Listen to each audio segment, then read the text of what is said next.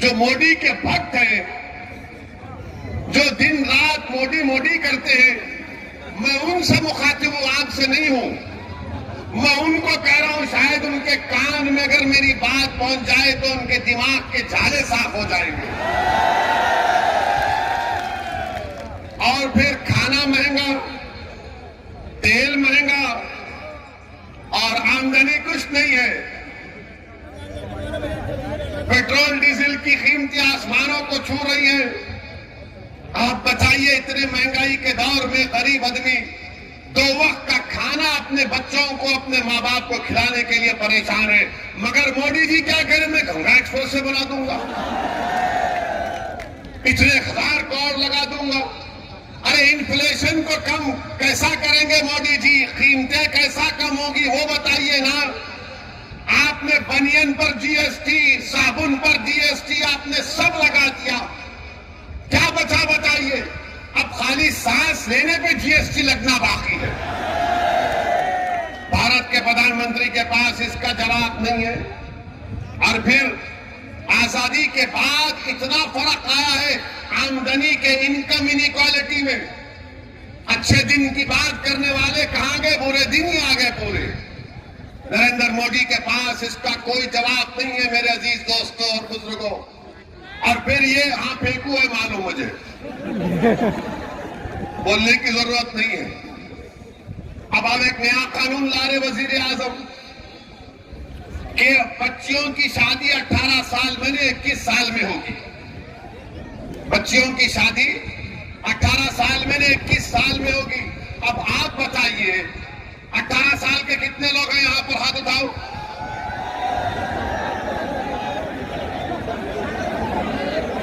यानी अब आप वोट डालेंगे ना? आप अपने पसंद के विधायक को वोट डालेंगे ना?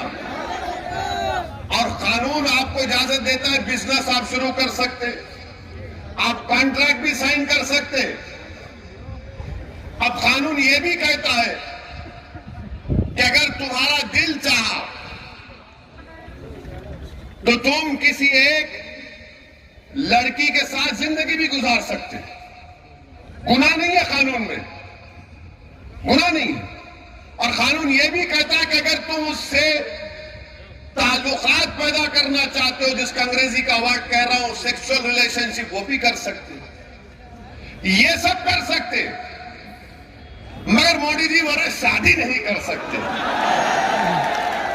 हाय मोदी जी, आपको शादी से इतनी नफरत क्यों है? शादी जैसे इंस्टीट्यूशन से आपको इतनी घबराहट क्यों है? 18 साल में वोट डाल सकते। 18 साल, सुनिए, 18 साल में कोई ये तय करेगा कि देश का प्रधानमंत्री कौन होगा उसको मालूम, किसको मेरठ में वोट डालना उसको मालूम, किसको नहीं डालना उसको मालूम, किसको हराना उसको मालूम, कौन दल्ला है उसको मालूम, कौन जमीर फरोश है उसको मालूम, कौन मिल्लत का कौम का दुश्मन है उसको मालूम। मगर लड़की को भी मालूम, लड़के को भी मालूम, दोनों को मालूम। मगर मोदी जी बोले शादी 21 में ही करना। अब आप बताइए क्या कर रहे हैं? अच्छा, एक और कानून बनाने जा रहे हैं 18 से 21 साल का, मगर डेटा प्रोटेक्शन, यानी आपका जो सेल फोन है इसमें जो डेटा होता है, कानून मोदी जी ये बनाने जा रहे हैं कि अगर आप 18 साल के तो अपना डेटा आप एक्सचेंज कर सकते हैं। यानी वो 18 साल में अपना डेटा एक्सचेंज करेगा, मगर अपने पसंद से लड़की शादी नहीं करेगी। मोदी जी शादी करने का इख्तियार नहीं है क्या? डेटा दे सकते, एक्सचेंज करेंगे, मगर शादी नहीं कर सकते। तो बोलेंगे बीजेपी वाले आज के भाषण के बाद ओवैसी और मुसलमान महिलाओं के हित में नहीं बात करते। बोलेंगे ये मुसलमान और ओवैसी महिलाओं के हित में बात नहीं करते। मोदी जी आप अंकल कब से बन गए हम लोगों के? आप देखते होंगे कि किसी महल्ले में अंकल होता है, अंकल का काम कुछ नहीं होता, बैठे रहते खाली। ये चाय ला गरम गरम मारे चाय हमारे अंकल बोलते वहां क्यों जा रहे तुम? अंकल हर चीज पूछते, क्या खाए, क्या पहना आज, इतनी रात देर से क्यों आए? अब ये अंकल कह रहे कि शादी भी कब करना, क्या खाना तो शुरू हो चुका है, ये नहीं खाएंगे वो खाना चाहिए, ये इबादत करना चाहिए वो इबादत नहीं करना चाहिए। अब ये पूरे बीजेपी के लोग अब शुरू हो जाएंगे टीवी पर 6 बजे से देखना, आप हमारा भड़काऊ भाषण अब हो गया, अब बोलेंगे ओवैसी महिलाओं के औरतों पर जुल्म करता है। अरे पहले ये तो बताओ, पहले ये तो बताओ, जब 18 साल में लड़की वोट दे सकती है तो क्या उसको नहीं मालूम किससे शादी करना नहीं करना? और इस्लाम में जब तक बच्ची की रजामंदी नहीं है शादी नहीं होती,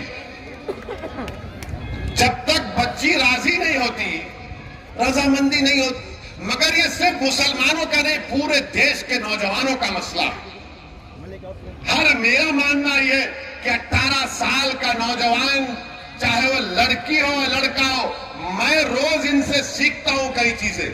वो मुझे बताते कि देखो ये टेक्नोलॉजी है, इस तरह से आप काम करो फायदा होगा। हम इनको बच्चा नहीं समझना चाहिए। अच्छा मोदी जी, आपकी सरकार ने इन लड़कियों के लिए, महिलाओं के लिए क्या किया आपने? तो बीजेपी वाले बोलेंगे मोदी जी ने बेटी बचाओ बेटी पढ़ाओ किया। इसमें बेटी बचाओ बेटी पढ़ाओ में क्या था? पार्लियामेंट की स्टैंडिंग कमेटी की रिपोर्ट ये कहती है कि 446 करोड़ इस बेटी बचाओ बेटी पढ़ाओ को दिया गया, जिसमें से माशाल्लाह नरेंद्र मोदी की सरकार ने मोदी की तस्वीर का ऐड देने के लिए 80% पैसे खाली मोदी की तस्वीर में खर्च दिए। कि मोदी जी का ऐसा पोस्ट, कभी ऐसा हाथ रख रहे हैं, कभी वहां हाथ रख रहे हैं। यानी 446 करोड़ में मीडिया को इश्तिहार 79% चला गया। अच्छा फिर ये बोलेंगे नहीं ओवैसी महिलाओं के खिलाफ है। मैं महिलाओं के खिलाफ नहीं हूं। अगर हमारे घर का हाल आपको मालूम होता तो आप ये बात नहीं करते। हम यहां पर भड़काऊ भाषण दे सकते, घर में गए तो गूंगे हो जाते हैं अपने सामने, उनके सामने। अब आपको मालूम होगा कि महिलाओं का भारत में काम में, वर्क में, लेबर फोर्स में, वर्क पार्टिसिपेशन में 2005 में 26% महिला काम करती थी। मोदी जी 2020 में सिर्फ 16%। क्यों कम हुआ? क्यों कम हुआ? इसके पास इनका कोई जवाब नहीं। और फिर ये बोलते नहीं वेस्टर्न कंट्रीज में ऐसा हो रहा है। सुनो बीजेपी वालों, हम जानते हैं, हम थोड़ा पढ़ लिख कर आए। अमेरिका में एक प्रदेश है जहां पर बच्चियों को 14 साल की उम्र में शादी की इजाजत है। 14 साल की उम्र में। बर्तानिया में, ऑस्ट्रेलिया में 16 साल की उम्र में शादी की इजाजत है। न्यूजीलैंड में 16 और 19 साल के दरमियान में मां बाप राजी है तो शादी हो जाती। और भारत में 18 साल में तुम मोदी को वोट दे सकती है हमारी बेटियों, मगर तुम पसंद से अपनी शादी नहीं करोगे। अच्छा फिर ये बीजेपी वाले हमारे को बोलेंगे नहीं नहीं ओवैसी जो है बच्चों को ज्यादा पैदा करने के लिए मुखालिफत कर रहा है। तो बोलते हैं ना, आपको मालूम कि इनसे पूछिए टीएफआर क्या होता है ये संघियों से। हम एक टीवी प्रोग्राम में थे, टीवी प्रोग्राम में रिकॉर्डिंग में थे, तो वहां बीजेपी के एक बड़े नेता बैठे थे। हमने कहा बताओ उत्तर प्रदेश में टीएफआर कितना है? बोले वो क्या होता? उत्तर प्रदेश में टीएफआर गिरा है सबका।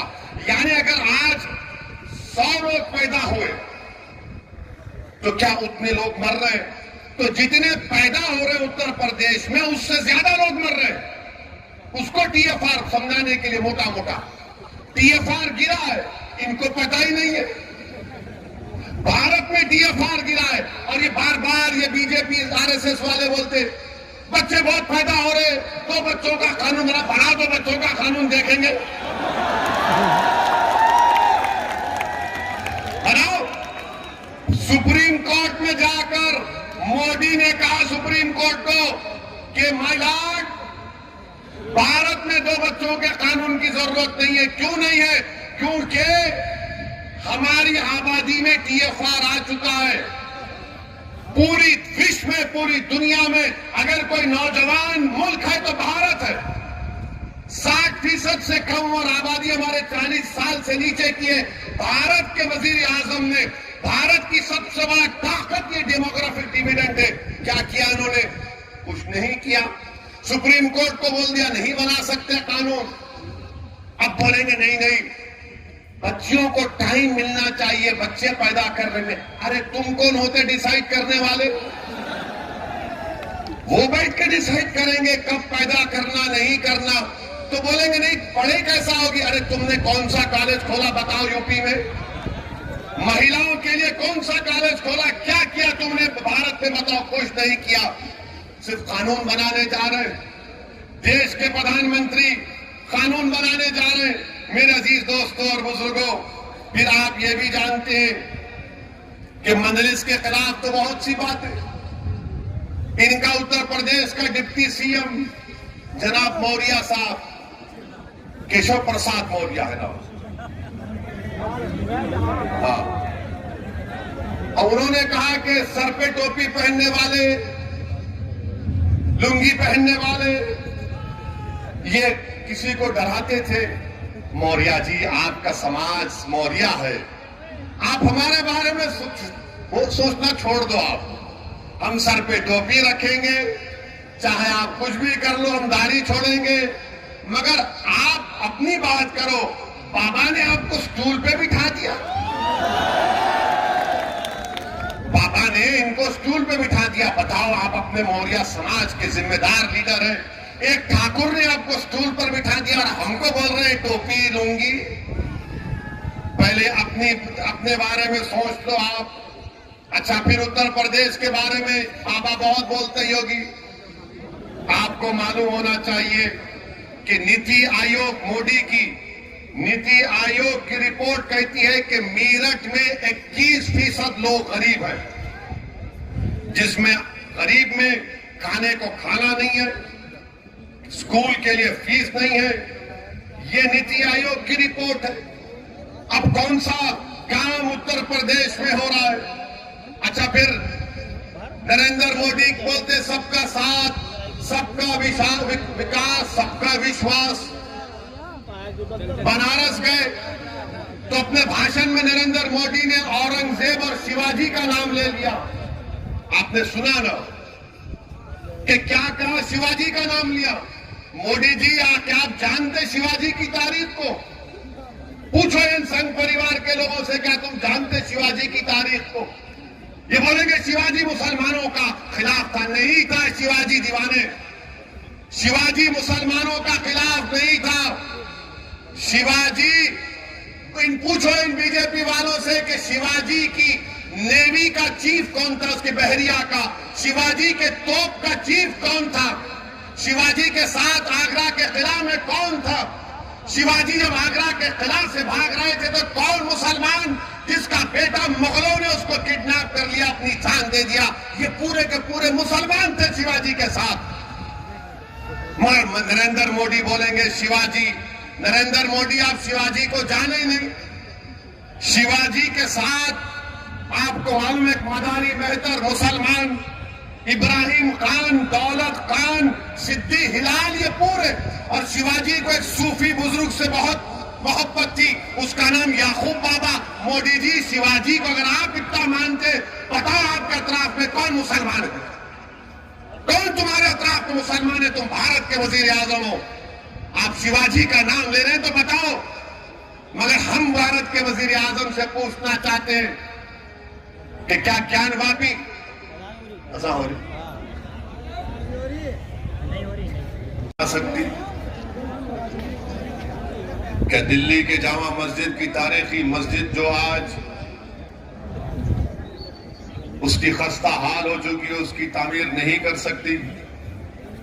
जब सबका साथ, सबका विकास की बात होती है तो क्या मथुरा में जो मस्जिद है उसकी अच्छा नहीं किया जा सकता?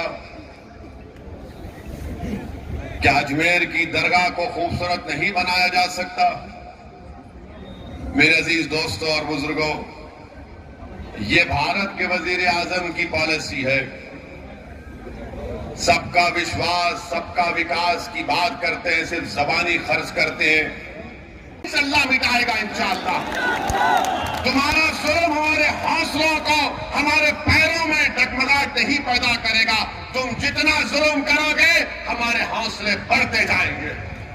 तुम जितना दबाओगे उतना उठेंगे इंशाअल्लाह ताला, क्योंकि अल्लाह ने कुरान में फरमा दिया, जिन्होंने अल्लाह पर ईमान लाया और डट गए जमीन पर, अल्लाह उनकी फरिश्तों से मदद करता।